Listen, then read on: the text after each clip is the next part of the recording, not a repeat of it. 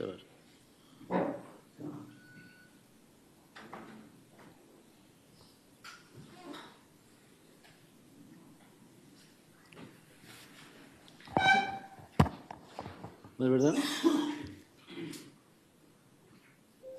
ఈరోజు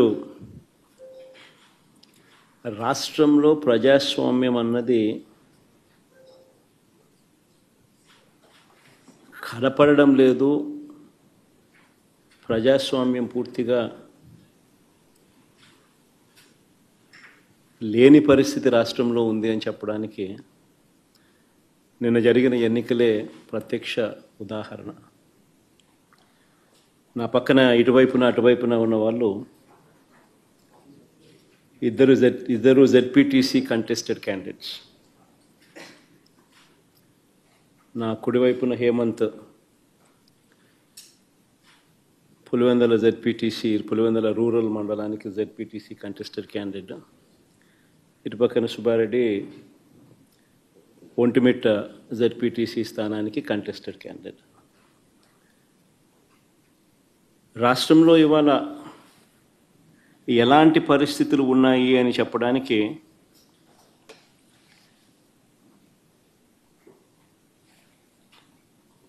నిజంగా ఈ రెండు ఎలక్షన్లు ఒక ఉదాహరణ. అసలు మొట్టమొదటిసారిగా బహుశా రాష్ట్ర చరిత్రలో ఎప్పుడు జరిగి ఉండదేమో బూతుల్లో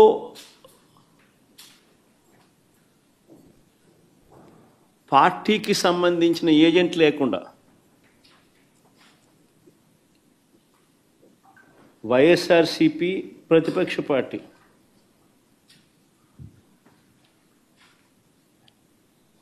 పులివెందుల రూరల్లో జరిగిన జెడ్పీటీసీ స్థానానికి జరిగిన ఎన్నికల్లో 15 బూతుల్లో ఉన్న 15 బూతులకు ఎన్నిక జరిగి రూరల్ మండలంలో 10,600 ఓట్లకు సంబంధించిన ఎన్నిక. ఆశ్చర్యం ఏమిటంటే బూతుల్లో వైఎస్ఆర్సీపీ ఏజెంట్ లేడు. వైఎస్ఆర్సీపీకి సంబంధించిన ఏజెంట్ బూత్లో కూర్చోకుండా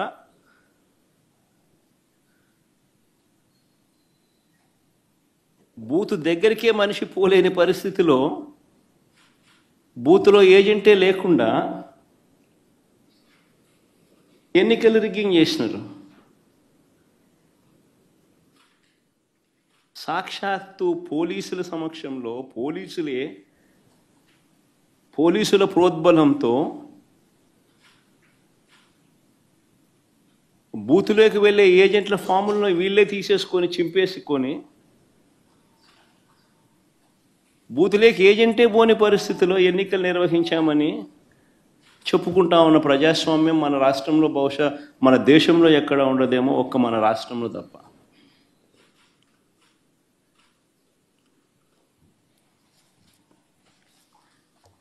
అసలు ఎన్నికల్లో బూత్ ఏజెంట్కు సంబంధించిన విధులు, బాధ్యతలు, హక్కులు ఏమిటి తెలుసా?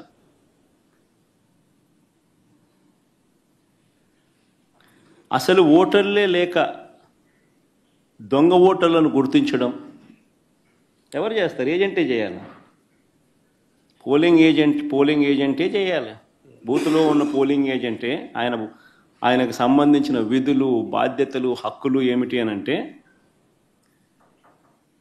అసలు ఓటర్లా లేక దొంగ ఓటర్లా అని గుర్తించడం, ఓటర్ల జాబితాను తనిఖీ చేయడం, అక్రమాలు, బెదిరింపులు, ప్రలోభాలు పెట్టడాలు, ఫేక్ ఓటర్లు ఉంటే వాటిపై అక్కడే ఉన్న ప్రిసీడింగ్ అధికారికి వెంటనే చెప్పి వాటిపై ఫిర్యాదులను అధికారికంగా నమోదు చేయడం, ఇవన్నీ పోలింగ్ ఏజెంట్ బాధ్యతలు.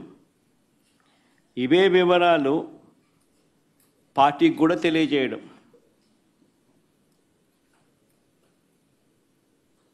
ఈ బాధ్యతలు ఉంటాయి కాబట్టి ఏజెంట్లకు హక్కులు కూడా కల్పిస్తారు. వారు ఖచ్చితంగా బూత్లో కూర్చునే హక్కు, ఓటర్ల జాబితాను తనిఖీ చేసే హక్కు, అభ్యంతరాలు తెలియజేసే హక్కు, పోలింగ్ రికార్డులను పరిశీలించే హక్కు, కౌంటింగ్ వరకు కూడా దీనికి సంబంధించిన సమాచారాన్ని పొందే హక్కు. ఇవన్నీ కూడా ఏజెంట్లకు ఉంటాయి. ఒక పోలింగ్ ఏజెంటు బూత్లోకి పోతూనే ఫామ్ 12 అన్నది, అంటే తన పోలింగ్ ఏజెంట్ను అపాయింట్మెంట్ చేస్తూ ఇచ్చే ఫామ్ను, క్యాండిడేట్ ఫామ్ 12 పోలింగ్ ఏజెంట్ను అపాయింట్ చేస్తూ ఇచ్చే ఫామ్ను, it's called form 12. Polling candidate పలానోడు నా ఏజెంట్, నా పోలింగ్ ఏజెంట్ అని చెప్పి అపాయింట్ చేస్తూ ఇచ్చే ఫామ్. ఆ ఫామ్ను తీసుకొని పోయి ఆ పోలింగ్ ఏజెంటు ఎన్నిక స్టార్ట్ కాకమునిపే ప్రిసీడింగ్ ఆఫీసర్కి ఇస్తాడు ఆ ఫామ్. ప్రొసీజర్ అది. ఆ తర్వాతనే బూత్లో కూర్చుంటాడు. మా ఏజెంట్ల నుంచి ఈ ఫాములను నిన్న టీడీపీ వాళ్ళు పోలీసులు దగ్గరుండి లాక్కోవడము, చింపేసేయడము.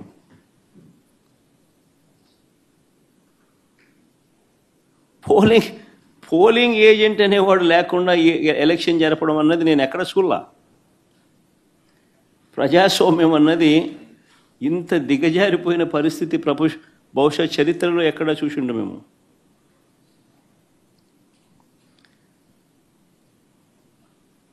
ఓటర్ వచ్చి తన పేరు చెప్పిన తర్వాత, ఓటర్ మామూలుగా ఎన్నికల్లో పోలింగ్ రూమ్లోకి వచ్చిన తర్వాత యూజువలీ ఆ ఓటరు తన పేరు చెప్తాడు గట్టిగా.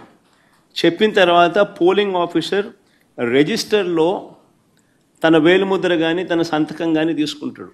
ఆ ఓటర్కు సంబంధించిన సమాచారాన్ని తాను పోలింగ్ ఆఫీసర్ ఆ రిజిస్టర్లో వేలిముద్రన్న, ఓటర్ వేలిముద్ర లేదా సంతకమన్నా తీసుకుంటాడు రిజిస్టర్లో. ఈ రిజిస్టర్ నింపేది పోలింగ్ ఆఫీసర్, కానీ తనిఖీ చేసేది ఏజెంట్. అవసరమైతే తాను అభ్యంతరం చెప్తాడు. ఇది ప్రొసీజర్. పోలింగ్ ముగిసిన తర్వాత, అయిపోయిన తర్వాత ఫామ్ 32 అని ఉంటుంది. ఫామ్ 32ను నింపి ఆ బూత్లో ఎన్ని ఓట్లు వచ్చాయి అన్నదాన్ని రికార్డు చేస్తారు. బూత్లో ఉండే అధికారి ఆ రికార్డును ఏజెంట్కు ఇవ్వాల్సి ఉంటుంది.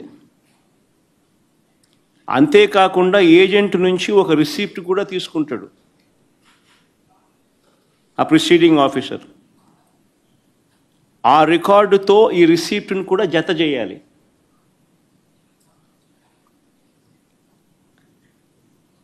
ఆ రికార్డును కూడా ధృవీకరించాల్సి ఉంటుంది. ఇది ప్రొసీజర్. బ్యాలెట్ బాక్స్కు సీల్ వేసేటప్పుడు, బ్యాలెట్ బాక్స్కు సీల్ వేసే ప్రక్రియ పూర్తయ్యే వరకు ఏజెంట్ అక్కడే ఉంటాడు. బ్యాలెట్ బాక్స్ సీల్పై కూడా ఏజెంట్ సంతకం చేస్తాడు.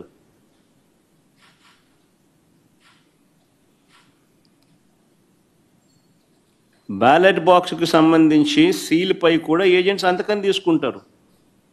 మరి నేను అడుగుతా ఉన్నా, మళ్ళీ ఇవన్నీ జరిగాయా అని అడుగుతా ఉన్నా.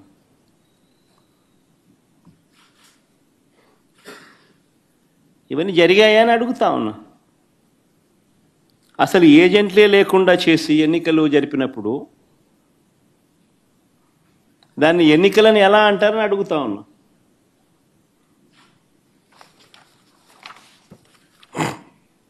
నిజంగా డెమోక్రసీలో ఉన్న ప్రతి ఒక్కరూ కూడా దీని గురించి ప్రశ్నించకపోతే, దీని గన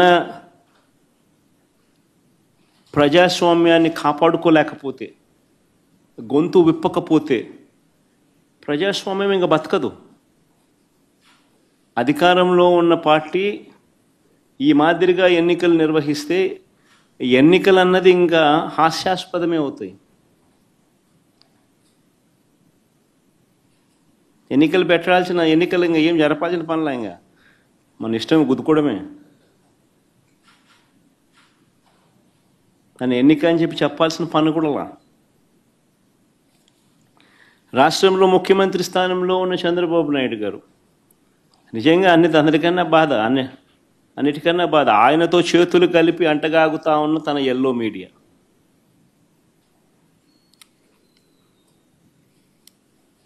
వీరి ఎజెండా ఏమిటి అంటే ప్రజలకు మంచి చేయడం కాదు, డెమోక్రసీని కాపాడడం కాదు, ప్రజలకు పాలకులు మోసం చేస్తే వాటిని ప్రశ్నించడం కాదు, దోచుకో పంచుకో తినుకోలో అందరూ భాగస్వాములు కావడం, ఇది వారి ఎజెండా. సిగ్గుపడాలి నిజంగా ప్రజాస్వామ్యం అంతా కూడా.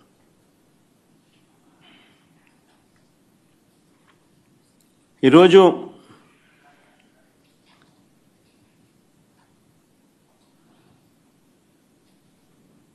ఎంత దారుణంగా వీళ్ళు ఎన్నికలు చేశారు, ప్రజాస్వామ్యాన్ని ఎంత దారుణంగా వీళ్ళు కూని చేశారన్నది ఈ రెండు ఎన్నికలు ఉదాహరణగా నిలబడతాయి.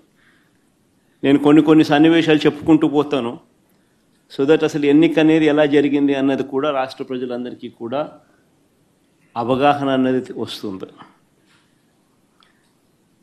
బందిపోటు దొంగలు ఉంటారు చూసినారా, డెకాయిట్స్. ఇంతకుముందు ఏదో ఏం వ్యాలీ అది, చంబల్ వ్యాలీ అని వింటా అంటాం.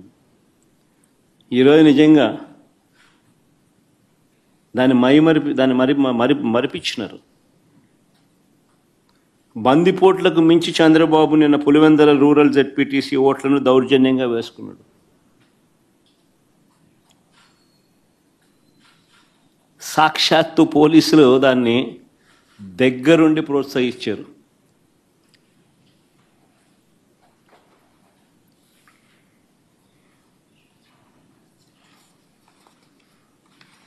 నేను చంద్రబాబు గారిని ఛాలెంజ్ చేస్తా ఉన్నా, అయ్యా చంద్రబాబు గారు, మీ పరిపాలన మీద నీకు నమ్మకం ఉంటే, మీరు మంచి చేశారు ప్రజలకు అన్న విశ్వాసం మీలో ఉంటే, ప్రజలు మీకు ఓటు వేస్తారు అన్న నమ్మకం మీకుంటే,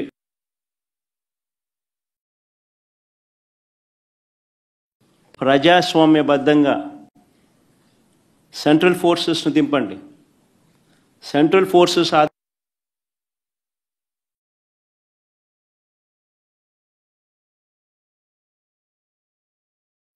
ప్రజాస్వామ్యబద్ధంగా ఎన్నికలు జరిపించండి. నీకు ఆ నమ్మకం లేదు కాబట్టి, మీరు ప్రజలకు చేసిన మంచి ఏది లేదు కాబట్టి, సూపర్ 6 సూపర్ 7 అన్నింటా మీరు మోసమే చేశారు కాబట్టి, మీ పాలన అంతా కూడా రాక్షస పాలన కాబట్టి, ప్రజలు మీకు ఓట్లేసే పరిస్థితి లేదు కాబట్టి ఇంత విచ్చలవిడిగా ప్రజాస్వామ్యాన్ని కూని చేస్తూ ఉన్నారు.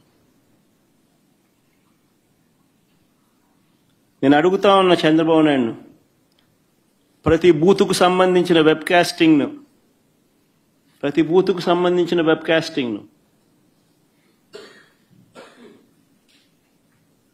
వైఎస్ఆర్సీపీ అభ్యర్థులకు ఇచ్చే ధైర్యం మీకుందా అని అడుగుతా ఉన్నా.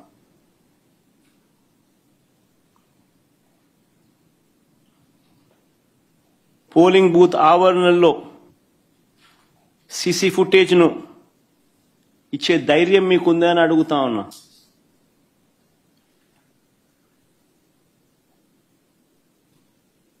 ఎవరెవరు బయట నుంచి వచ్చి ఎలా ఓటేశారో, ఎలా బూతులను ఆక్రమించుకున్నారో, ఆ ఆక్రమించుకుంది ఎవరో కూడా గుర్తించి కొన్ని ఉదాహరణలు కూడా మీకు చూపిస్తాను. ఇలాంటి అడ్డగోలు రాజకీయాలు చేసే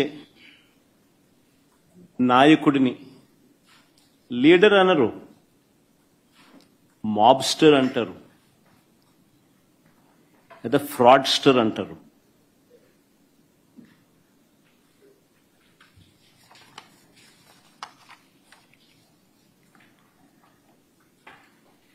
ఉదాహరణ నేను చెప్తాను, ఎంత దారుణంగా ఈ మోసము అనే కార్యక్రమము, అన్యాయం అనే కార్యక్రమము జరుగుతూ వచ్చింది అన్నదానికి నిదర్శనాలు చెప్తా.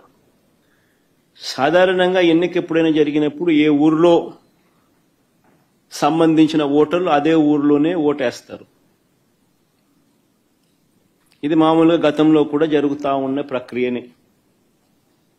గత ఎన్నికల్లో కూడా ఈరోజు ఏదైతే బూతులు ఏదైతే ఉన్నాయో, ఓటర్లు ఏదైతే ఉన్నారో, ఊర్లు ఏవైతే ఉన్నారో, ఆ ఊర్లకు సంబంధించిన ఓటర్లు ఆయా ఊర్లలోనే వారి ఊర్లలోనే గతంలో కూడా ఓట్లు వేస్తా వస్తున్నారు. ఇది సర్వసాధారణంగా జరుగుతూ ఉన్న ప్రక్రియ. కానీ ప్రత్యేకంగా ఈ ఎన్నికలకు సంబంధించి, ఇప్పుడు ఈ ఎన్నికలకు సంబంధించి చంద్రబాబు నాయుడు గారి కుట్రలు ఏ స్థాయిలో ఉన్నాయి అనంటే, బూతులను అటు ఇటు మార్చేశారు. ఒకసారి టేబుల్ని మీరే చూడండి. ఆ బూతులను ఎలా మార్చారు అన్నది మీకే అర్థమవుతుంది.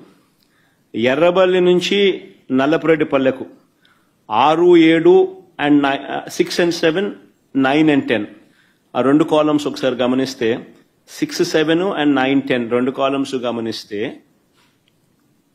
ఎర్రబల్లి నుంచి నల్లపురెడ్డిపల్లెకు, అంటే ఎర్రబల్లి అనే ఊరు నుంచి నల్లపురెడ్డిపల్లెకు. ఆశ్చర్యం ఏంటంటే మళ్ళీ నల్లపురెడ్డిపల్లి నుంచి ఎర్రబల్లెకు. ఎవడన్నా ఎర్రబల్లి ఓట్లు వేపిస్తాడు, నల్లపురెడ్డిపల్లిలో ఓట్లు వేపిస్తారు. ఎర్రబల్లిలో నల్లపురెడ్డిపల్లి ఓట్లు, ఎర్రబల్లి వాళ్ళు నల్లపురెడ్డిపల్లికి పోయి ఓటేయాలంట. నల్లపురెడ్డిపల్లి వాళ్ళు ఎర్రబల్లికి వచ్చి ఓటేయాలంట.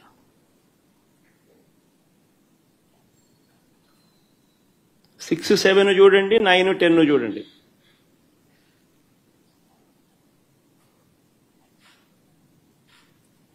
అంటే 2 కిలోమీటర్లు ఈ గ్రామం నుంచి ఆ గ్రామానికి నడుచుకుంటూ పోయి అక్కడ ఓటేయాలంట.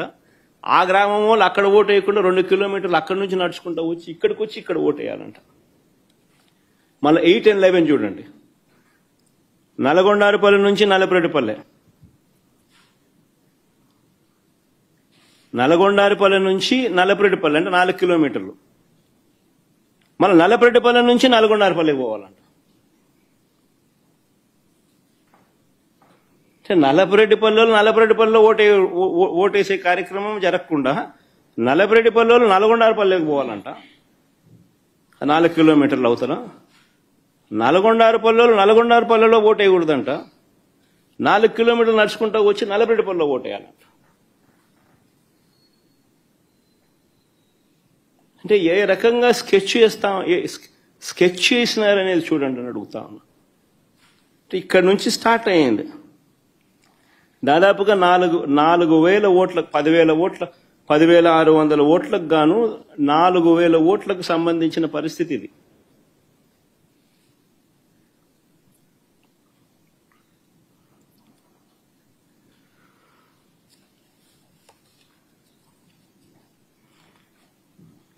వీళ్ళ ఆలోచన ఏంది? ఆ వెళ్లే దారిలో వీళ్ళందరినీ భయభ్రాంతులు చేయాలా? వీళ్ళు 4 కిలోమీటర్లు 2 కిలోమీటర్లు నడుచుకుంటూ పోయే కార్యక్రమం డిమోటివేట్ చేయాలా? దారిలో వీళ్ళని భయభ్రాంతులకు గురి చేయాలి, దాడి చేసి అడ్డగించాలి. నిన్న జరిగింది అదే. నిన్న జరిగినటివి కూడా అవే. వాటికి సంబంధించిన వీడియో క్లిప్పింగ్లు కూడా చూపుతా. మొత్తం పులివెందుల జెడ్పీటీసీలో 6 పంచాయతీలుంటే, పులివెందుల రూరల్ మండలానికి సంబంధించి నిన్న ఎన్నిక జరిగింది. 6 పంచాయతీలుంటే పోలింగ్ కేంద్రాలు 15 పోలింగ్ కేంద్రాలు. ఈ 6 పంచాయతీలకు సంబంధించి ఆశ్చర్యం ఏమిటో తెలుసా? ఈ 6 పంచాయతీల్లో భద్రత పేరుతో 700 మందిని పోలీసులను పెట్టారు. ప్రజలను ఓట్లు వేసేందుకు సహకరించేందుకు కాదు ఈ భద్రత. ప్రజలను భయభ్రాంతులను చేసేందుకు ఇది 700 మంది పోలీసులు. ఉదయం 4 గంటలకల్లా ఇతర ప్రాంతాల నుంచి వచ్చిన వ్యక్తులు ఆయా గ్రామాలలో మకాం వేశారు. జమ్మలమడుగు, కమలాపురం, ప్రొద్దుటూర్, అనంతపురం జిల్లా బయట నుంచి వచ్చిన వాళ్ళందరూ టీడీపీ నాయకులు కార్యకర్తలు ఒక్కో బూతుకు 400-500 మంది.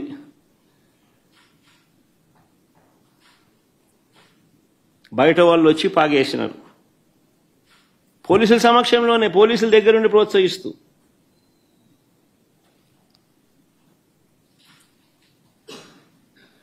పచ్చ చొక్కాలు వేసుకున్న ఈ పోలీసులు బయట నుంచి వచ్చిన ఈ టీడీపీ కార్యకర్తలు, వారికి సంబంధించిన నాయకులు వీళ్ళే దాదాపుగా 7-8 వేల మంది. 15 బూతులు, ఒక్కొక్క బూతులో దాదాపుగా 400-500 మంది బయట వాళ్ళు, ఈ 700 మంది పోలీసులు. ఈ సంఖ్య దాదాపుగా 7,000 మంది, 7-8 వేల మంది. అంటే ఒక్కొక్క ఓటరుకు బయట నుంచి ఒక్కో రౌడీ దాదాపుగా.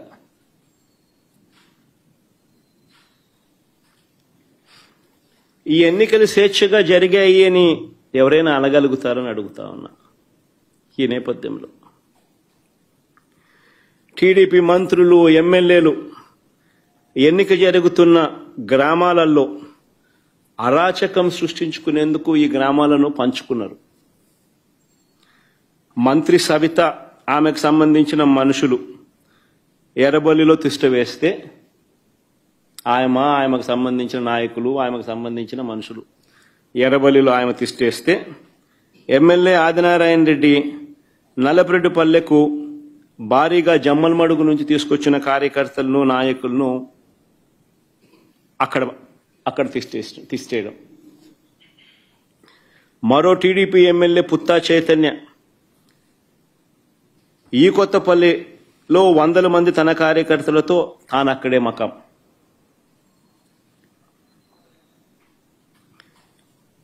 ఈ బీటెక్ రవి అనేవాడు ఎవడైతే ఉన్నాడో, తెలుగుదేశం పార్టీకి సంబంధించిన ఎమ్మెల్యే క్యాండిడేట్, కంటెస్ట్ చేసినాడు. ఈ మనిషి పులివెందుల రూరల్ ఓటర్ కాదు.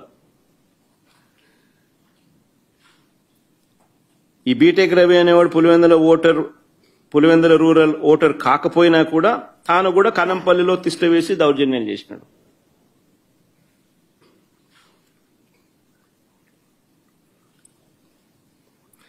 పోలింగ్ బూతులకు వైఎస్ఆర్సీపీ ఏజెంట్లు వెళితే వారిపై దాడులు చేసి వారిని కొట్టి ఏజెంట్ ఫాములు లాక్కోవడం, చించేయడం.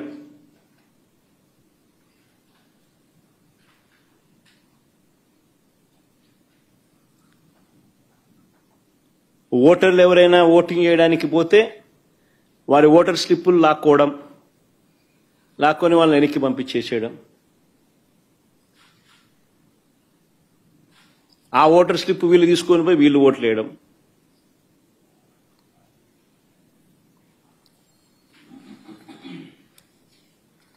వైఎస్ఆర్సీపీ ఏజెంట్లు లోపలికి వెళ్లకుండానే, వైఎస్ఆర్సీపీ ఏజెంట్లు లేకుండానే ఈ పోలింగ్ జరిగింది.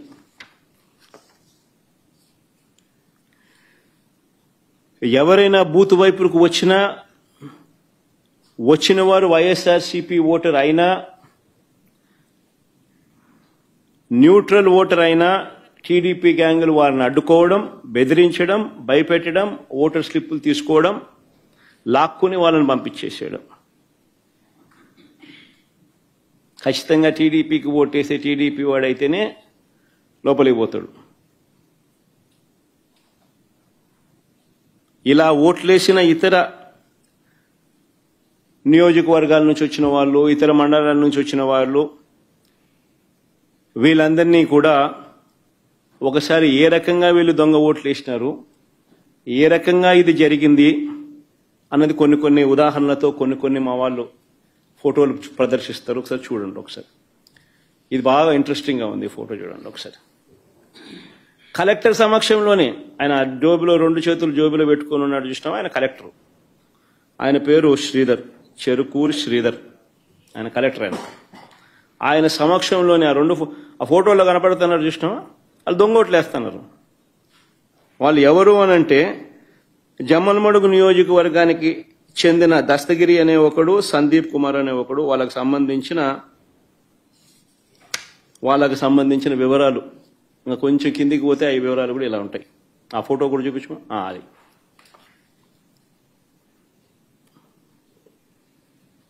అది జమ్మలమడుగుకు సంబంధించిన తెలుగుదేశం పార్టీకి సంబంధించిన కార్యకర్తలు ఫోటోలతో సహా. సరే, ఇంకో ఫోటో చూద్దామా?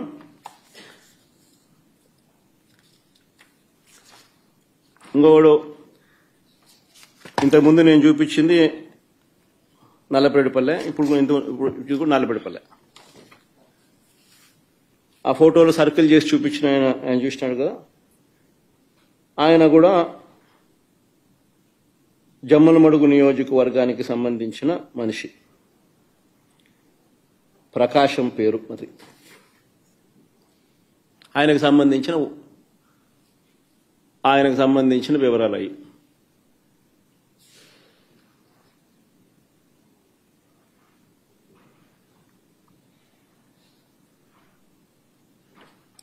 తర్వాత నెక్స్ట్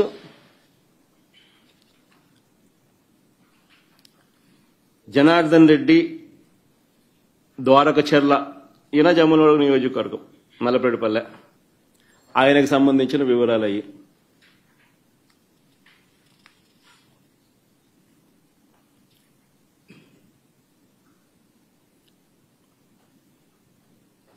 మైలవరంలో ఆయనకు సంబంధించిన ఓటింగ్ వివరాలు అవన్నీ.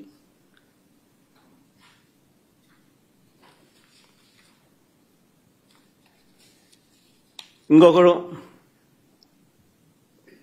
పొన్న తోట మల్లికార్జున, చంద్రబాబు నాయుడుతో మంచి పోజిస్తున్నాడు చూడండి. జిల్లా రైతు ప్రధాన కార్యదర్శి అయిన, market yard vice chairman Jammalamadugu నియోజకవర్గం. నా పులివెందుల్లో నల్లపరెడ్డిపల్లిలో వీళ్ళు వచ్చి ఓట్లేస్తున్నారు. వీళ్ళు ఓట్లేస్తా ఉన్నారు. ఏజెంట్ అనేవాడు లేడు కాబట్టి అడిగేవాడు లేడు, మాట్లాడేవాడు లేడు. ఇచ్చేది వేయిస్తున్నారు. కలెక్టర్ 2 చేతులు జోబులు పెట్టుకొని చూస్తున్నాడు, వేయిస్తున్నాడు.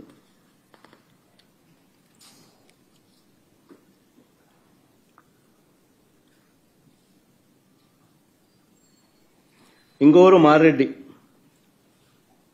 మారెడ్డి చిన్నపుల్లారెడ్డి, టీడీపీ సర్పంచ్, కర్మలవారిపల్లె గ్రామం, మైలవరం మండలం, జమ్మలమడుగు నియోజకవర్గం. ఆయన ఇంకా నెక్స్ట్ నాగేశ్వర్ రెడ్డి, ఈయన జమ్మలమడుగు నియోజకవర్గం. ఈయన చంద్రబాబు నాయుడుతో ఫోటో కూడా ఉంది బాగా. ఆయన చంద్రబాబు నాయుడు, ఆయన పోజు, ఆయన కథ.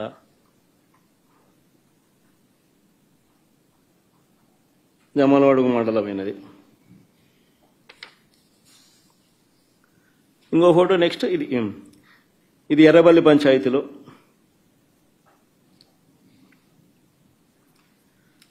నల్లపరెడ్డిపల్లె గ్రామం దొంగ ఓటు వేయడానికి క్యూ లైన్లో ఉన్న జమ్మలమడుగు నియోజకవర్గం, జమ్మలమడుగు మండలం గుండెచెరువు గ్రామానికి చెందిన పాతకోట శివారెడ్డి. ఏం పోజు పెట్టినట్టు చూసినా.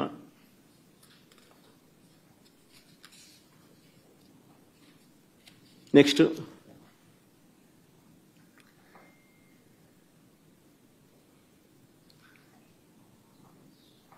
జమ్మలమడుగు నియోజకవర్గం మైలవరం మండలం నవాబ్పేట గ్రామానికి చెందిన రామస్వామి రెడ్డి, సన్నపురెడ్డి. ఆయనకు సంబంధించిన వివరాలు అయ్యి. నెక్స్ట్ చూడండి, ఏం పోస్ట్ ఉండడం కూడా. జమ్మలమడుగు నియోజకవర్గం పెద్దమడియం మండలం భీమగుండం గ్రామానికి చెందిన కొత్తపల్లి రాజగోపాల్. ఆయన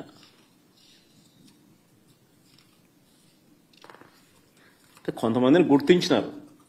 యాక్టివ్ తెలుగుదేశం పార్టీ కార్యకర్తలను కొంతమందిని, జిల్లాలో ఉన్న వాళ్ళను కొంతమందిని మా వాళ్ళు గుర్తించినారు. పోయి చూస్తే మొత్తం అందరూ అయ్యే కనపడతారు, వేరే విషయం. ఇందులో డెప్త్ లేకపోతే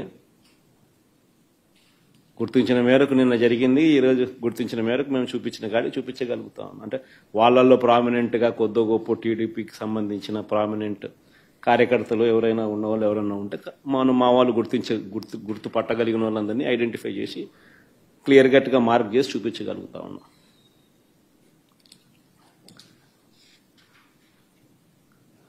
హనుమత్ ఈయన ఇంకొక ఆయన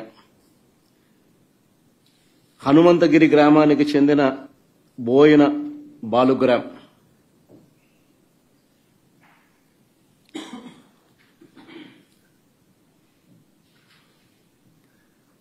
పోసిన బోయిన బాలుగ్రామ్ చూడు, ఇద్దరు ఫోటోలు పెట్టినాం. నెక్స్ట్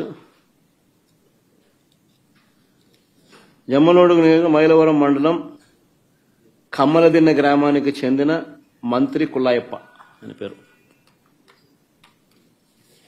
నెక్స్ట్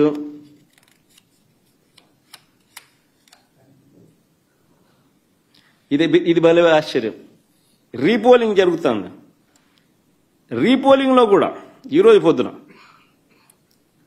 కమలాపురానికి నిలబడ్డ ఈ వ్యక్తి టీడీపీ నాయకుడు నారాయణ యాదవ్. కొత్తపల్లి గ్రామంలో రీపోలింగ్లోనూ దొంగ ఓటు వేయడానికి క్యూ లైన్లో నిలబడిన కమలాపురం నియోజకవర్గం నసంతపురం గ్రామానికి చెందిన టీడీపీ నాయకుడు గజ్జెల నారాయణ యాదవ్.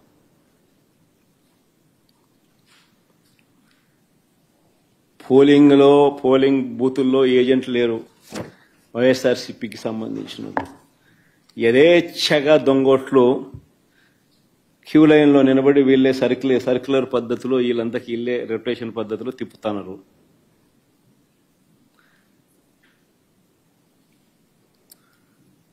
ఇది అన్యాయమని ప్రశ్నించడానికి ఎవరైనా వైఎస్ఆర్సీపీ వాళ్ళకు సంబంధించిన వాళ్ళు ఎవరైనా 5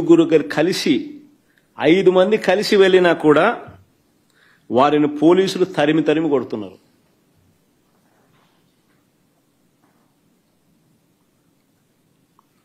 మహిళా ఏజెంట్ల పైన కూడా దాడులు చేశారు. నియోజకవర్గానికి సంబంధించిన టీడీపీ వాళ్ళు 100 మంది ఒకే చోట ఉన్నా కూడా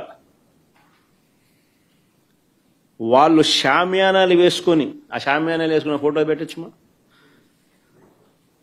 షామియానాలు వేసుకొని చూడు భోజనాలు చేస్తున్నారు, షామియానాలు పెట్టుకున్నారు, పోలీసుల సమక్షంలో జరుగుతుంది, ఆన్నే తింటున్నారు. కానీ ఏ పోలీసు వాడు ఎవడు మాట్లాడు.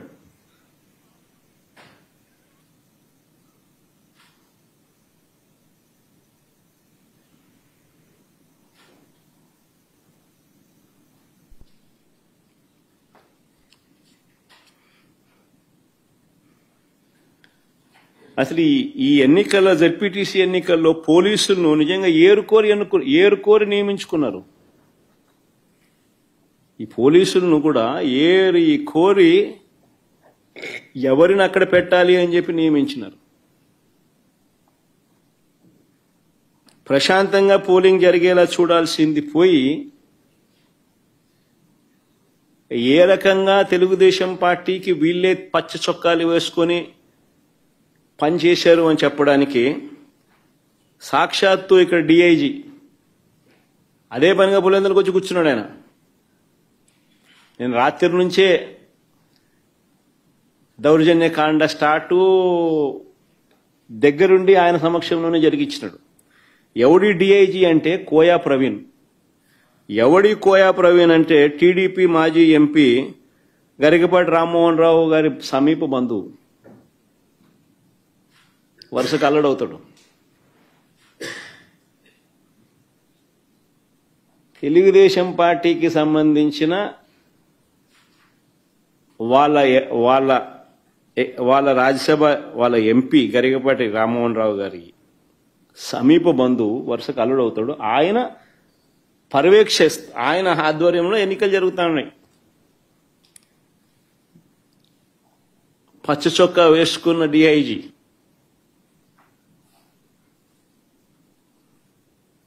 ఆయనకు సంబంధించిన డిఎస్పీలు, ఆయనకు సంబంధించిన సిఐలు హ్యాండ్ పిక్డ్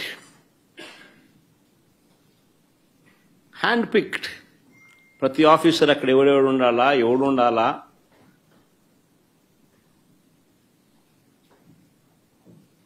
ఎస్ఐలు ఎవడు ఉండాలా, సిఐలు ఎవడు ఉండాలా? ఆ లిస్ట్ మాకు సరే సరే సరే.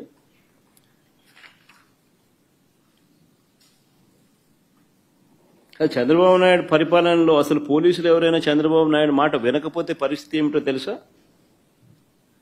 డీజీ స్థాయిలో ఉన్న అధికారులు సైతం జైళ్ల పాలు. PSR Anjaneyulu jail. దళిత వర్గానికి చెందిన డీజీ స్థాయి అధికారి సునీల్ కుమార్ అరెస్టెడ్. మరో additional DG Sanjay arrested. DIG Vishal Gunni arrested, case booked. BC వర్గానికి చెందిన ఐజీ కాంతిలాల్ రాణా కేసెస్. ఇంకా తదితరులు ఎంతో మంది సస్పెండెడ్, హెరాస్డ్, అరెస్టెడ్ కేటగిరీలో. మరెందరో ఎస్పీల మీద తప్పుడు కేసులు పెట్టి విచారణ పేరుతో వేధిస్తా ఉన్నారు. వీరి కాక 4 నాన్ క్యాడర్ ఎస్పీలు, ఒక కమాండెంట్ స్థాయి అధికారి, 22 మంది అడిషనల్ ఎస్పీలు, 55 మంది డిఎస్పీలకు పోస్టింగులు లేవు. మరో 6 డిఎస్పీలు, 3 అడిషనల్ కమాండెంట్లు, 2 అసిస్టెంట్ కమాండెంట్లు కూడా హెడ్ క్వార్టర్స్ లో రిపోర్టింగ్ చేయిస్తున్నారు. 8 మంది డిఎస్పీలను సస్పెండ్ చేశారు. వీరు కాకుండా మరో 80 నుంచి 100 మంది ఇన్స్పెక్టర్లు, 100 మంది కానిస్టేబుల్ వీఆర్లో ఉన్నారు. అంటే లిటరల్గా ఆయనకు సంబంధించిన ఆఫీసర్లు, ఆయనకు సంబంధించిన పోలీసులను తీసుకొస్తున్నారు. వాళ్ళకు కావలసిన పనులు చేయిస్తూ ఉన్నారు. చంద్రబాబు నాయుడు చేస్తూ ఉన్న కరప్షన్లలో వీళ్ళందరూ భాగస్వాములు. డిఐజీ ఆధ్వర్యంలో కలెక్షన్స్. మాఫియా రింగ్ లీడర్ ఎవడంటే డిఐజీ. ఆయన ప్రాంతంలో జరిగే బెల్ట్ షాపుల ఆక్షన్ దగ్గర నుంచి, బెల్ట్ షాపులు నడిపించాలంటే వాళ్ళు ఇచ్చే డబ్బుల దగ్గర కలెక్షన్ దగ్గర నుంచి, పర్మిట్ రూములు, ఇల్లీగల్ పర్మిట్ రూములు నడపడం దగ్గర నుంచి, నడిపించడం కోసం వాళ్ళ దగ్గర నుంచి కలెక్ట్ చేసే డబ్బుల దగ్గర నుంచి, ఆయా నియోజకవర్గంలో ఇసుక, మట్టి, లాటరైటు, క్వాడ్స్, శాండ్, సిలికా, ఇంకా ఏమైనా ఉన్నా కూడా వీళ్ళకి ఇచ్చే దగ్గర నుంచి, నియోజకవర్గంలో ప్యాకాట క్లబ్బులు నడిపించడం దగ్గర నుంచి, నియోజకవర్గంలో ఏ పరిశ్రమ నడవాలన్నా కూడా వాళ్ళను సైతం బెదిరించి వాళ్ళు కూడా డబ్బులు ఇచ్చే దగ్గర నుంచి డిఐజీలే పంచుతున్నారు. ఎమ్మెల్యేలకింత, చిన్నబాబుకింత, పెద్దబాబుకింత అని చెప్పి సిఐల ఆధ్వర్యంలో నడిపిస్తూ ఉన్నారు. ఈ డిఐజీలు, ఈ డిఎస్పీలు, ఈ సిఐలు. ఇది ముఠా నాయకత్వం.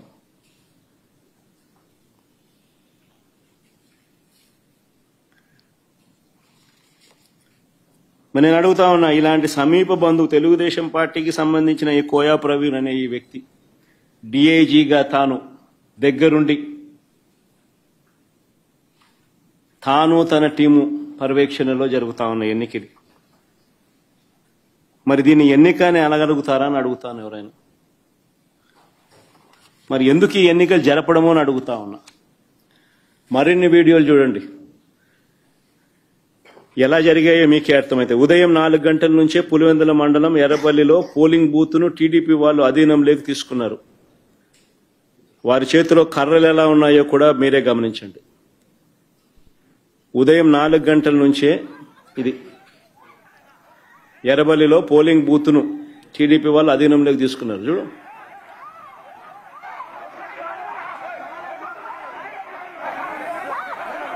సౌండ్ కూడా పెట్టమన్నారు, అది బాగా ఇంట్రెస్టింగ్ గా ఉంది.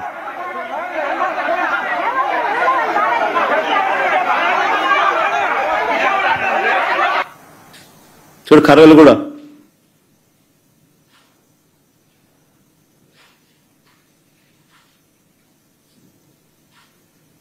మళ్ళా కర్రలకు పోజులు. మళ్ళా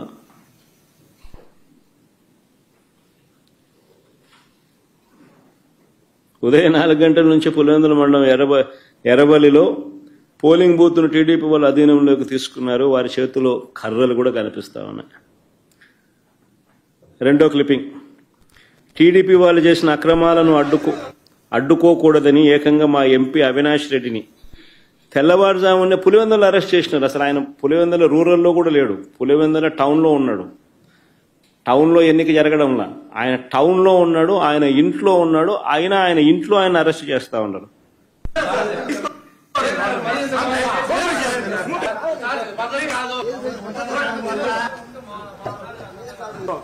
ఇది వన్ సైడ్ సార్ మీరు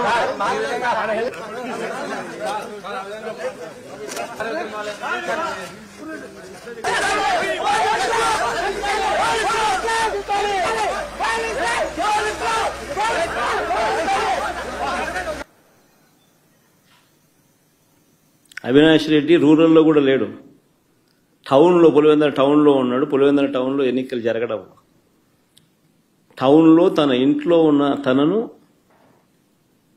అరెస్ట్ చేసి తీసుకొని పోతా ఉన్నారు.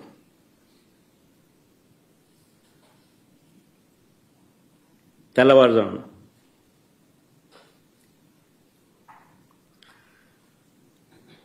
ఇంకొక వీడియో, బయట ప్రాంతాల నుంచి వచ్చిన టీడీపీ వాళ్ళు మరింత రెచ్చిపోయారు.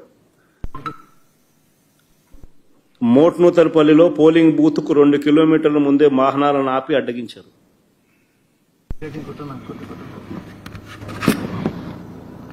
చూడు,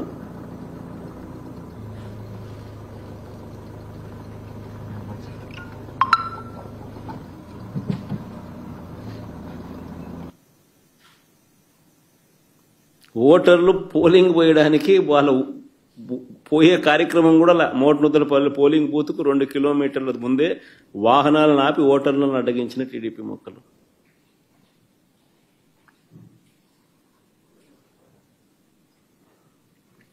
మళ్ళా ప్లే చేయమది.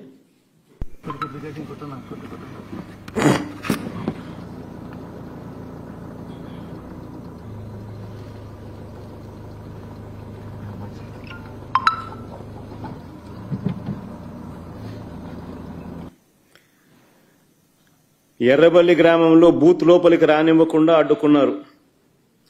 అడ్డుకున్నారని పోలీసులు కూడా టీడీపీ వారికే సహకరించారని మహిళా ఏజెంట్లు చెప్పడం.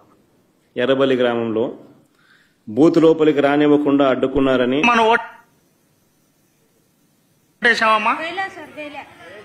ఏమా ఎందుకు వేయలేదు? ఏమంటున్నారు అక్కడ వెళ్ళింటే? ఏమా నువ్వేమన్నా వేసినావు ఓటమ్మా? ఏమా ఎందుకు వేయలేదు? అంటే వాళ్ళు స్లిప్పులు తీసుకొని వాళ్ళే వేసుకుని చింపేసినారు సార్. ఏమో నువ్వు వేసినావు ఓటు? సార్ స్లిప్ తీసుకొని ఓటేని పోయినాము, మా స్లిప్ మా చేతికి ఇచ్చి మీరు ఓటు వేసుకుంటే వెళ్ళిపోండి అన్నారు సార్. ఏమా నువ్వు వేసినావు ఓటు? ఏమా ఎందుకు వేయలేదు? కొత్త వాళ్ళు వచ్చి మా ఓటు వేసుకుంటున్నారు, మమ్మల్ని తొక్కుతున్నారు. ఏమా నువ్వు ఓటు వేసినావమ్మా? ఏమా ఎందుకు వేయలేదు? మమ్మల్ని లోపలికే రానిలే లోపలికి రానిలే. ఏజెంట్ అయినా కానీ పాప అని తోలుతున్నారు, ఊరివే రానిలే. కనంపల్లి సర్పంచ్ రామాంజనేయులు ఇంటికి వెళ్లి గన్తో బెదిరించిన పోలీసులు. కనంపల్లి సర్పంచ్ రామాంజనేయులు ఇంటికి వెళ్లి గన్తో బెదిరించిన పోలీసులు. చూడు, ఆయన మంచం మీద గన్ పెట్టి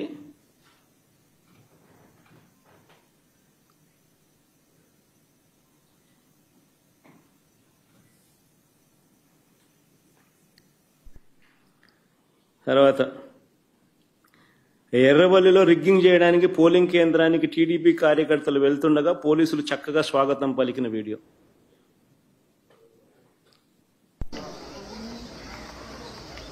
ఇప్పుడు బాగా చక్కగా వస్తున్నారు బయట. గుంపులో అందరినీ ఇక్కడ నడవడుతున్నారు. కళ్ళు ఎలా ముందు ప్లాన్ ఉండాలి.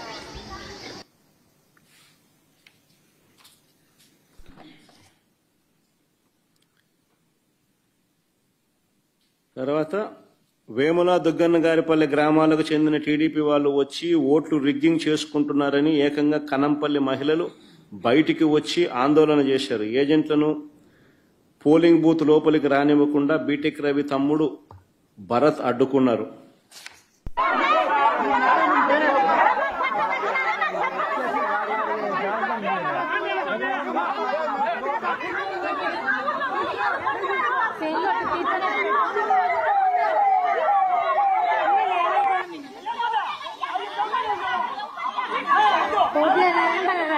మీరు అక్కడ ఓట్లు వేయాలని పట్టు చీరలు కట్టినారు. ఓట్లు కావాలంటే మేమే అంటున్నారా? ఓట్లు వాళ్ళే వేసుకున్నారంట. ఓటు వేసుకోవడానికి తమను రానివ్వలేదని కనంపల్లిలో మహిళా ఓటర్లు ఏకంగా ధర్నా చేసినారు. ఓటు వేసుకోవడానికి అవకాశం ఇవ్వాలంటూ ఏకంగా పోలీసుల కాళ్ళు పట్టుకోవాల్సిన పరిస్థితి.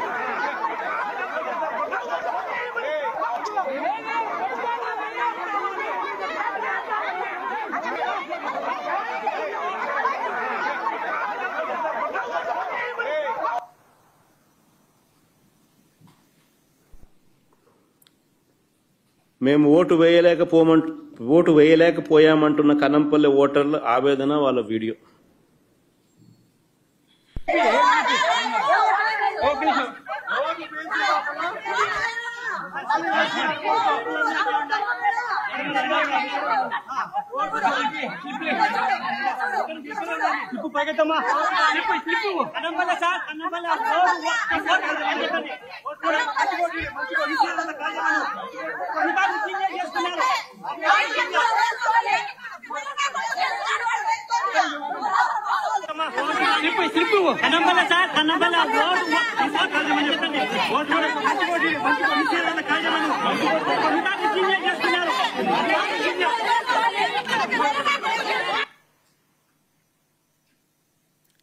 పులివెందుల జెడ్పీటీసీ అభ్యర్థి హేమంత్ రెడ్డిని కనీసం ఇల్లు కూడా కదలనీయలేదు. క్యాండిడేట్ ను ఇంట్లో నుంచి బయటికి రానిలా.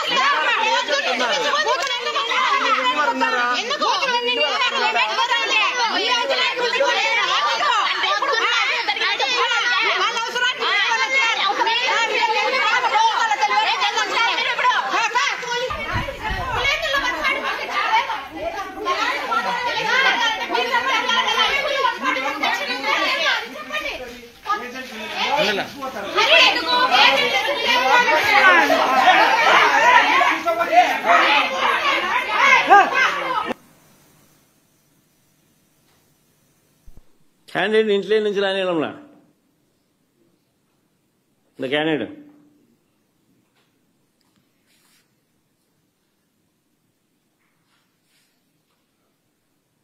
మా ఊళ్ళో ఓటు వేసే పరిస్థితి లేదు, ప్రజాస్వామ్యాన్ని కూని చేశారంటున్న ఓటర్లు. ఎందుకు మీరు ఎవరైనా వేస్తారు, ఎవరైనా గెలుస్తారు, పిల్లలు కాదు ముండలు గెలుస్తారు, ఎందుకు పెట్టాలా?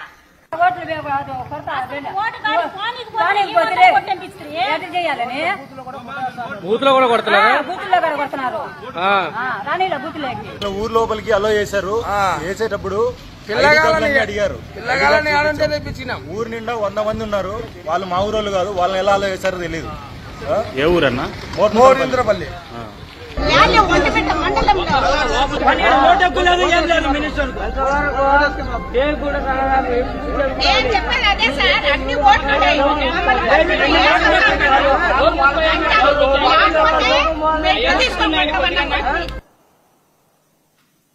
ఈ ఒంటిమిట్ట అక్కడ జెడ్పీటీసీ పరిధిలో. మళ్ళీ పులివెందులకి ఇక్కడికి వద్దాం. ఇక తుమ్మలపల్లి అని పులివెందులలో గ్రామం సీను. ఓటర్ల లిస్టులో ఉన్నది ఎవరైనా పర్వాలేదు. ఇది బాగా ఇంట్రెస్టింగ్ గా ఉంది. బాగా చూడండి. ఇక తుమ్మలపల్లి ఒక్క నిమిషం మనం బిగినింగ్ నుంచి ప్లే చేయాలి. తుమ్మలపల్లి అనే గ్రామంలో సీన్ ఇది. ఓటర్ల లిస్టులో ఉన్నది ఎవరైనా పర్వాలేదు, యువకుడైనా వృద్ధుడైనా ఏమీ పర్వాలేదు, ఎవరు చూడరు అని టీడీపీ వాళ్ళు అక్కడే అని టీడీపీ వాళ్ళు అంటున్నారు. ఇందులో బ్లూ షర్ట్ వేసుకున్న వ్యక్తి టీడీపీ నాయకుడు భూపేష్ రెడ్డి పిఏ సుదర్శన్ రెడ్డి. జమ్మలమడుగు నియోజకవర్గ వ్యక్తికి ఇక్కడ ఏం పని చూడండి ఒకసారి. ఇప్పుడు చెప్పడు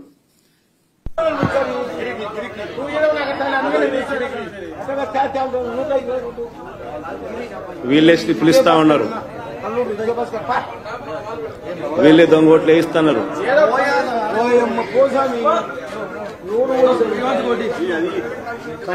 మల్లారెడ్డి రామరెడ్డి 124 పోయి చెప్పుకోండి.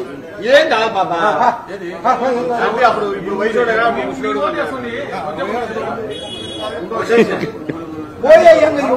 అయిపోయి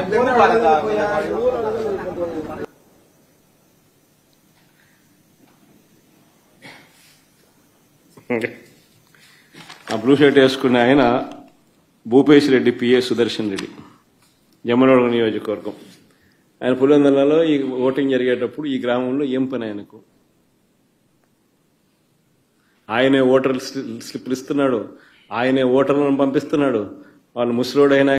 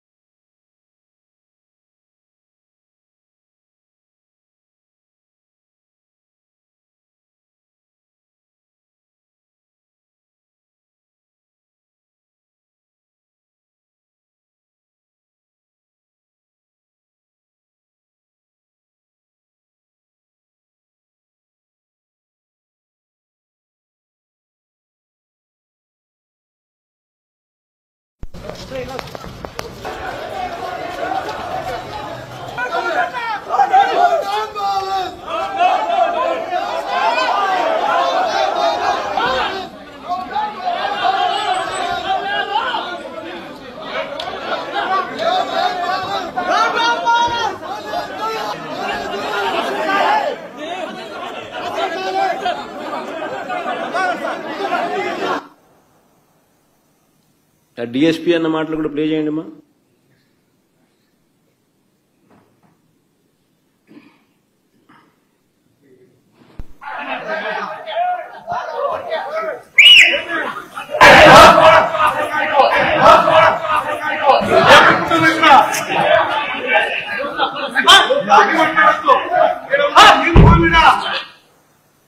కాల్చి పారేస్తా నా కొడక అంతేనా డిఎస్పీ.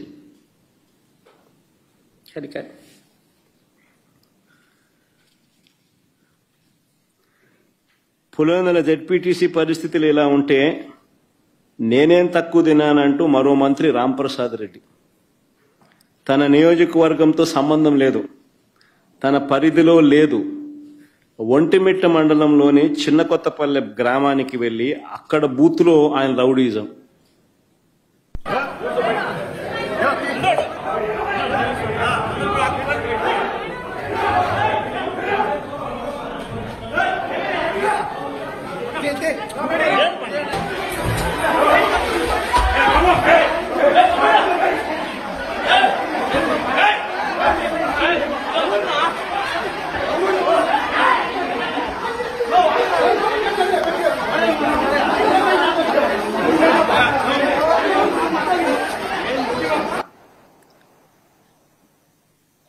ఆయన రాయచోటి ఎమ్మెల్యే, సిట్టింగ్ మంత్రి, ఒంటిమిట్ట మండలం జెడ్పీటీసీకి సంబంధించి అక్కడ ఆయన చేస్తా ఉన్న దారుణాలు చిన్న కొత్తపల్లెలో ఈ ఘటన జరుగుతూ ఉండగా తీసిన వీడియో ఫుటేజ్.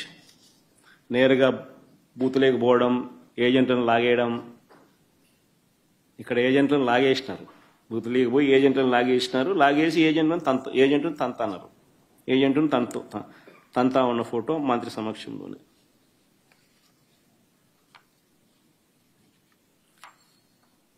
నేను అడుగుతా ఉన్నా ఇదే చంద్రబాబు నాయుడు, అయ్యా చంద్రబాబు, నీకు ప్రజలు ఓటేస్తారని నమ్మకం ఉన్నప్పుడు, నువ్వు నిజంగానే మంచి చేశావు అని చెప్పి నిజంగా నువ్వు అనుకుంటే ఎందుకు ఇవన్నీ చేయాలా? నువ్వు ప్రజలకు మంచి చేయలేదని నీకు తెలుసు కాబట్టి, ప్రజలు నీకు ఓటు వెయ్యరు అని నీకు తెలుసు కాబట్టి, ప్రజాస్వామ్యబద్ధంగా ఎన్నిక జరిగితే నీకు ఓట్లు పడవు అని నీకు తెలుసు కాబట్టి ఈ స్థాయిలో దౌర్జన్యానికి దిగుతా ఉండవు. 2017లో కూడా మీ అందరికీ గుర్తుండే ఉంటుంది, నంద్యాల బై ఎలక్షన్స్ జరిగినాయి. కరెక్ట్గా 2019 జనరల్ ఎలక్షన్స్కు 1.5 year ముందు, నా పాదయాత్ర స్టార్ట్ కాకమునుపు నంద్యాల బై ఎలక్షన్స్ జరిగినాయి. అప్పుడు కూడా ఇదే మాదిరిగానే నంద్యాల బై ఎలక్షన్స్ కూడా మైక్రో మేనేజ్మెంట్ చేసినారు. చేసి 27,000తో గెలిచినారు. గెలిచి సంకలు గుద్దుకున్నారు. 27,000 గెలిచినా వైఎస్ఆర్సీపీ పని అయిపోయింది, తెలుగుదేశం పార్టీ బాయింట్గా ఉంది, బ్రహ్మాండంగా ఉంది అని అందరితో నన్ను తిట్టించినారు, వైఎస్ఆర్సీపీని తిట్టించినారు, తెలుగుదేశం పార్టీ బ్రహ్మాండంగా ఉందన్నారు. కరెక్ట్గా 1.5 year తర్వాత అదే నంద్యాలలోనే 35,000తో గెలిచినాం వైఎస్ఆర్సీపీ. రాష్ట్ర వ్యాప్తంగా కూడా చంద్రబాబు నాయుడు భూస్థాపితం చేసినారు ప్రజలంతా. ఎక్కడైనా కూడా ప్రజాస్వామ్యంలో ప్రజలకు మంచి చేసి ఓట్లు అడిగితే, ప్రజలు మనస్ఫూర్తిగా ఆ ఓట్లు వేస్తే 4 కాలాలు వర్ధిల్లుతారు. ఈ మాదిరిగా దౌర్జన్యాలు చేస్తే ఆ దౌర్జన్యాలంతా కూడా టెంపరీగా మీకు ఏదైనా ఉపయోగపడతాయేమో కానీ చివరికి వచ్చేసరికి కన్ను మూసుకొని కళ్ళు తెరిచేసరికి 1.5 year అయిపోయింది. అప్పుడే కళ్ళు మూసుకొని కళ్ళు తెరిచేసరికి మరో 3 ఏళ్ళు కూడా అయిపోతాయి. ఆ 3 ఏళ్ళు అయిపోయిన తర్వాత తెలుగుదేశం పార్టీ వీళ్ళు చేసిన అన్యాయాలకు, దౌర్జన్యాలకు, అబద్ధాలకు, మోసాలకు ప్రజలు ఏ స్థాయిలో బుద్ధి చెప్తారు అని అంటే, డిపాజిట్లు కూడా రాని పరిస్థితి లేకపోతారు వీళ్ళంతా. ఇది వాస్తవం. జరగబోయేది కూడా ఇదే. నేను గట్టిగా డిమాండ్ చేస్తా ఉన్నా, ఇదే పెద్ద మనిషి చంద్రబాబు నాయుడు గారిని డిమాండ్ చేస్తా ఉన్నా, కొద్దో గొప్ప ప్రజాస్వామ్యాన్ని ఎవరైనా కూడా గౌరవించే వాళ్ళు ఎవరైనా ఇంకా వ్యవస్థల్లో ఇంకా ఉంటే వారికి కూడా విన్నపం చేస్తా ఉన్నా.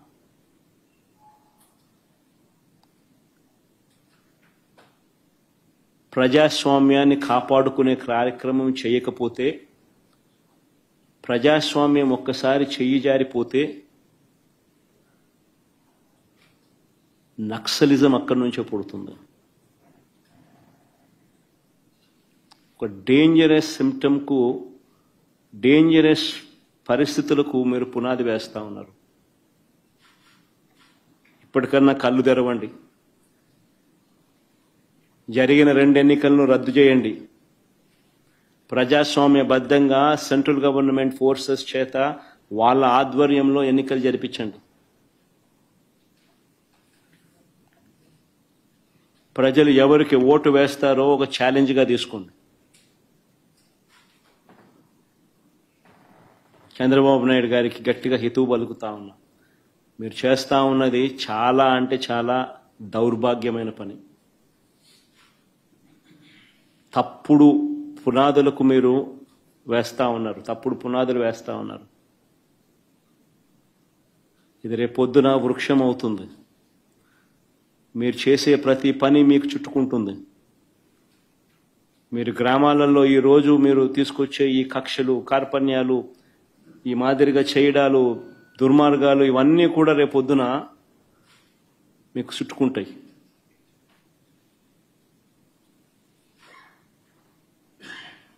ముఖ్యమంత్రిగా ఉన్నావు, నీ జీవితానికి బహుశా ఇది ఆఖరి ఎలక్షన్ కావచ్చు.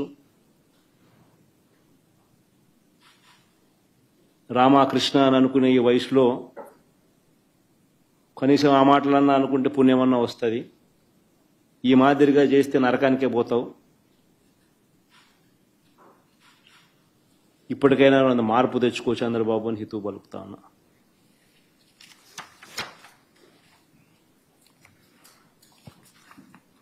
సార్ ఇప్పుడు ఈ ఎలక్షన్స్ రద్దు చేయాలని మీరు డిమాండ్ చేస్తూ ఉన్నారు సార్. ఒకవేళ రాష్ట్ర ప్రభుత్వం కానీ లేదంటే ఎన్నికల కమిషన్ కానీ ఈ విషయంలో చర్యలు తీసుకోకపోతే మీ నెక్స్ట్ కార్యాచరణ ఏ విధంగా ఉండబోతుంది? ఈ అంశంలో ముందు ఎట్లా ఫైట్ చేయబోతా ఉన్నారు సార్? బేసికలీ ఈ మాదిరిగా ఎలక్షన్ జరిగేట్టుగా అయితే ఎలక్షన్ అనే దానికి మీనింగ్ ఏముంది? ఎందుకు ఎలక్షన్ జరపడం ఎందుకు? ఆ ఎంపీటీసీలకు, ఆ ఎంపీపీలకు, ఆ జెడ్పీ చైర్మన్లకు ఎన్ని ఎలక్షన్లు ఎక్కడ జరుపుతున్నారు? కౌన్సిల్ చైర్మన్లకు మీ ఇష్టం వచ్చినట్టుగా మీరంతకు మీరే దౌర్జన్యంగా ప్రలోభాలు పెడుతున్నారు, కొనేస్తున్నారు. ఎలక్షన్లకు మీకు సంఖ్యాబలం లేకపోయినా కానీ మీరు మీ అధికార దుర్వినియోగం చేస్తూ మీరు లాగేసుకుంటున్నారు. అక్కడి నుంచే మొదలుపెట్టిన సాంప్రదాయం చివరికి ఓటర్ల దాకా కూడా తీసుకొని పోతా ఉన్నారు. ఇప్పుడు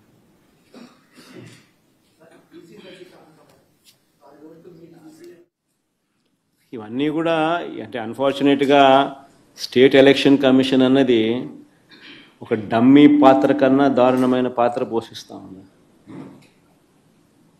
ప్రజాస్వామ్యాన్ని కాపాడవలసిన బాధ్యత గల స్థానంలో ఉన్న వ్యక్తులు నిజంగా ఇంత దిగజారిపోయిన పరిస్థితుల మధ్య ఈ వ్యవస్థ నడుస్తూ ఉంది. Very unfortunate. ఖచ్చితంగా న్యాయ పోరాటంలో భాగంగా కోర్టులకి ఇవన్నీ చూపిస్తాం, కోర్టులకి ఇవన్నీ వేస్తాం. అందుకని వాళ్ళిద్దరు కూడా ఈరోజు వచ్చింది కూడా కోర్టులో వేయడానికే వచ్చినారు.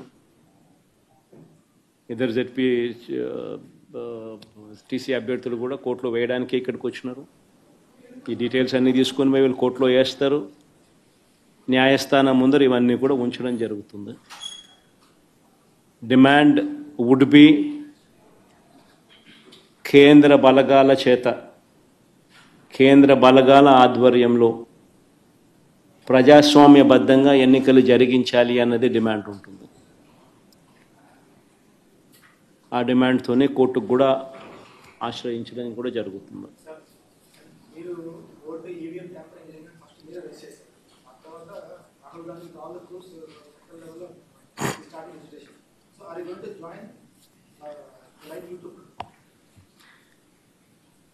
జాయిన్ అనేదానికి మీనింగ్ ఏంది? What is the meaning and definition of joining? State election commission ముందర మాకున్న అభ్యంతరాలను, జరిగిన అన్యాయాలను సవివరంగా వివరించినాం. ఇన్ఫ్యాక్ట్ దేశంలో కల్లా ఎక్కడన్నా బిగ్గెస్ట్ అనామలీ ఎక్కడన్నా జరిగిందంటే అది రాష్ట్రంలోనే. 12.5% వాళ్ళు ఓటు ముగిసే నాటికి, ఓట్లు కౌంటింగ్ నాటికి percentage of difference highest in the country బహుశా ఆంధ్ర రాష్ట్రంలోనే జరిగింది. 12.5%. అంటే దాదాపుగా 48 లక్షల ఓట్లు ఆ స్థాయిలో జరిగినప్పుడు అది ఎలక్షన్ కమిషన్కి మొన్న ప్రజెంటేషన్లో మా వాళ్ళంతా పోయి ఇచ్చినాం. ఎలక్షన్ కమిషన్కి చెప్పినాం. వాళ్ళు ఇప్పుడు ఇంటెన్సివ్ సర్ అనే అది ఉంది కదా, స్టేట్ ఇంటెన్సివ్ ఏం సార్ అంటే ఇంటెన్సివ్ రివిజన్ ఏదైతే ఎక్సర్సైజ్ ఉందో అది ఆంధ్ర రాష్ట్రంలో కూడా మేము చేస్తాము అని చెప్పి కూడా సానుకూలంగా చెప్పినారు. కానీ at the end of the day అన్ఫార్చునేట్గా ఏం చేయగలుగుతాం? ఏదైనా కానీ ఈ రాహుల్ గాంధీ అనే వ్యక్తి ఏదైతే చెప్తా ఉన్నారో, ఎందుకు ఈ రాహుల్ గాంధీ అనే వ్యక్తి ఆంధ్ర గురించి ఎందుకు మాట్లాడడం లేదు చెప్పు? చంద్రబాబు నాయుడుతో హాట్ లైన్లో టచ్లో ఉన్నాడు కాబట్టి మాట్లాడడం. ఎందుకు Andhra incharge national spokesperson మనిషోడు మాణిక్యం ఠాకూరా అడే పొద్దున్న చంద్రబాబు నాయుడు గురించి మాట్లాడినాడా? ఏ పొద్దున్న ప్రజాస్వామ్యాన్నిలో ఇంత కూని చేస్తా అంటే ఏమైనా క్వశ్చన్ చేసినాడా? చంద్రబాబు నాయుడు ఇన్ని స్కాములు చేస్తున్నాడు, కంటి ముందర కనపడుతుంది. యా వీధికి పోయినా బెల్ట్ షాప్ కనపడుతుంది, యా పక్కకు తిరిగినా పర్మిట్ రూమ్ కనిపిస్తుంది. ఎంఆర్పి రేట్ల కన్నా ఎక్కువ రేటుకి అమ్ముతున్నారు. యా రోజైనా మాట్లాడినాడా? మన గురించి, నా గురించి మాట్లాడతాడు. ఎందుకు చంద్రబాబు నాయుడు గురించి ఎందుకు మాట్లాడు? కారణం hot line. Chandrababu, Revanth, Congress high command. అంతే కదా. ఎందుకంటే చంద్రబాబు నాయుడు గురించి ఎందుకు మాట్లాడు చెప్పు? ఆ రాహుల్ గాంధీ ఆంధ్ర గురించి ఎందుకు మాట్లాడు చెప్పు? ఆంధ్రాలో అంతకన్నా పెద్ద జరిగింది కదా, ఇవి మాట్లాడుతున్నారు స్కాములు, ఎలక్షన్ ఓటింగ్ గీటింగు, ఓటు చోరీ, ఇంకోటి అంటున్నారు కదా. మన ఆంధ్రాలో జరిగింది కదా. మన ఎందుకు మాట్లాడు? 12.5% మాట్లాడు. ఎందుకంటే హాట్ లైన్ చంద్రబాబు నాయుడు, రాహుల్ గాంధీ, రేవంత్ రెడ్డి. వీళ్ళు పార్టీలు, వీళ్ళకు ఎజెండా. మన అంతే.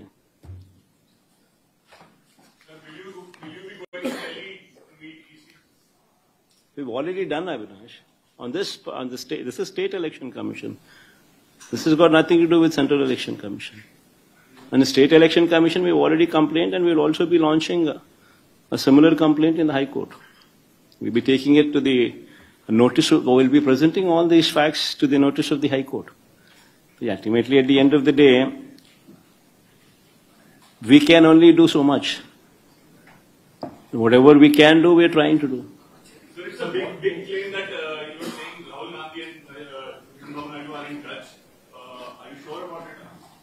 Obviously, is it not so? I think anybody in Andhra Pradesh, you can ask, even a common generalist, all of them who are sitting here, I'll just pose these common questions to you. I think all of you are already aware of it. Why is it that Manikyam Tagore, the national spokesperson of Congress party and also Andhra in charge, why does he not make any comment on Chandrababu Naidu? When there are so many scams what are taking place in the state of Andhra Pradesh, right in front of your eyes, you see bell shops, left, right, center, right beside every school, right beside every temple and every village you see bell shops. Is it not so? Are they legal? They're actually auctioning these belt shops. Left, right, center, the government, the TDP people are selling liquor at beyond MRP rates. It's right there, visible. Permit rooms, illegal that they stand. Beyond MRP liquor is being sold right in front of your eyes. And so many scams. Other than liquor, sand, silica, quartz, laterite. Mobilization advance, which was never there before, was brought in. They're giving 10%, taking 8%. Reverse. In Amaravati, the cost of construction per SFT, 10,000 rupees per SFT. You tell me in Hyderabad, or you tell me in Bangalore, or you tell me in Chennai, what is the cost of construction? Even with a 5-star lobby, 5-star flats are sold, or the cost of construction is 4,500 rupees. The cost of construction to construct something like that would be 4,500 rupees per SFT. In Amaravati, you're talking about 9,000, 10,000 rupees per SFT. Is it not a scam? Right in front of your eyes. The PPAs, they made a hue and cry. When we had made PPAs at 2 rupees 49 paise. Now they have signed PPAs for 4 rupees 60 paise. Is it not a scam? The lands that they're giving at throwaway prices to real estate companies. Ooh, what is that group? Lulu. What is that other group? Satwa. What are these companies? Real estate companies. And you're giving them land at throwaway prices. Is it not a scam? Right in front of you, over your eyes, all these scams are taking place. Yet, the Congress spokesperson, National Congress spokesperson, Andhra in charge, does not speak about Chandrababu Naidu. Why is it so? But he talks about me. Even though I am in the opposition, he makes wild comments on me. Now this is Andhra. And what about Rahul Gandhi there in Delhi? When he talks about vote chori, why does he not make a statement on Andhra, where the highest 12.5% is the vote difference between what was announced versus when the counting day, when the votes were counted. The difference was 12.5%. The highest what this man can ever speak of. Why does he not speak about Arvind Kejriwal? When Arvind Kejriwal himself lost MLA election, His own MLA seat, Arvind Kejriwal, lost. Can you believe that? Why doesn't Rahul Gandhi talk about that? He doesn't. Because Rahul Gandhi does not talk about Andhra because Chandrababu Naidu is in touch with Rahul Gandhi through Revanth Reddy on a hotline. Is it not a fact? I mean, all of you are journalists here. Cross your hearts and speak for yourself and tell me, is it not a fact? And what should I comment on someone like Rahul Gandhi, who himself is not sincere to what he does? Sir, one last question. In the supplementary charge sheet in liquor case, KPMG Consulting name has also come. So what's your say on that? That officials are in touch with KPMG to help and in the excise policy. Who's KPMG? What has it got to do with state government? What is it got to do with state government? See, it's a corporation. What corporation engages, what corporation does with consultancy services is up to them. Whatever they would have recommended, they would have recommended. Whatever these people are supposed to do, these people are supposed to do. The government, every government department works in a silo. And every government department, in order to improve their efficiencies, engages consultancies on their own. Nobody takes permission from CMO or from Chief Minister's office. It doesn't work like that. You're heading a department, you are the secretary for that department, you are the HOD of that particular department, you want to bring in efficiencies into your particular department, you engage consultancy. And mind you, KPMG or these names that you talk about are not small brands. They're not small groups. They're renowned, recognized groups.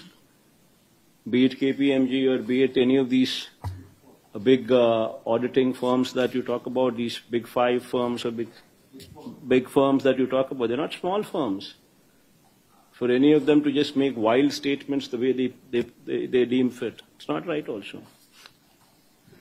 Sir, as you were telling about the vote difference during the 2024 polls, there is a major anomaly that I observed was that votes were called till 2 in the morning. Generally around 5, 6, the crew comes here, they give a slip. For us votes, it gets over. See, first of all, nobody is supposed to stand, no additional member is supposed to stand in the queue beyond the voting time. It doesn't work the way you're saying. The queue doesn't go beyond a particular time. Whomsoever are in the queue, they are permitted to cast their vote. You're not supposed to join the queue beyond the timing that has been mentioned. You can't. So there's no way that you can say that voting has been happening till 3 in the morning or 4 in the morning. It doesn't work like that. No. Whatever it doesn't happen like that, number one. Number two, whatever is that percentage of votes that these people have spoken about next day, that this is the voting percentage that has taken place, versus the counting votes that took place, that itself is a difference of 12.5%. That is the whole problem here. Whatever these people have declared the following day, be it 2 o'clock in the night or be it 3 o'clock in the night, taking all that into cognizance, these people have declared that so and so is the percentage of votes that were casted. That data, what they themselves have spoken, versus the number of votes counted on the counting day, the gap in Andhra is 12.5%. So is the same in other states also. What these people are making a hue and cry now, because that is the difference what these people are pointing out. That how is it that you people have declared this number, and how is it that on the counting day, this number is exceeded far beyond the number that you have spoken about, is the allegation that EC is currently facing. So what more the SEC could have done respect to the yesterday? See, SEC has all the power. Only thing is it needs to rein in that power. SEC is all powerful. It can rein in the power. It has not done so. That is why we find fault with it.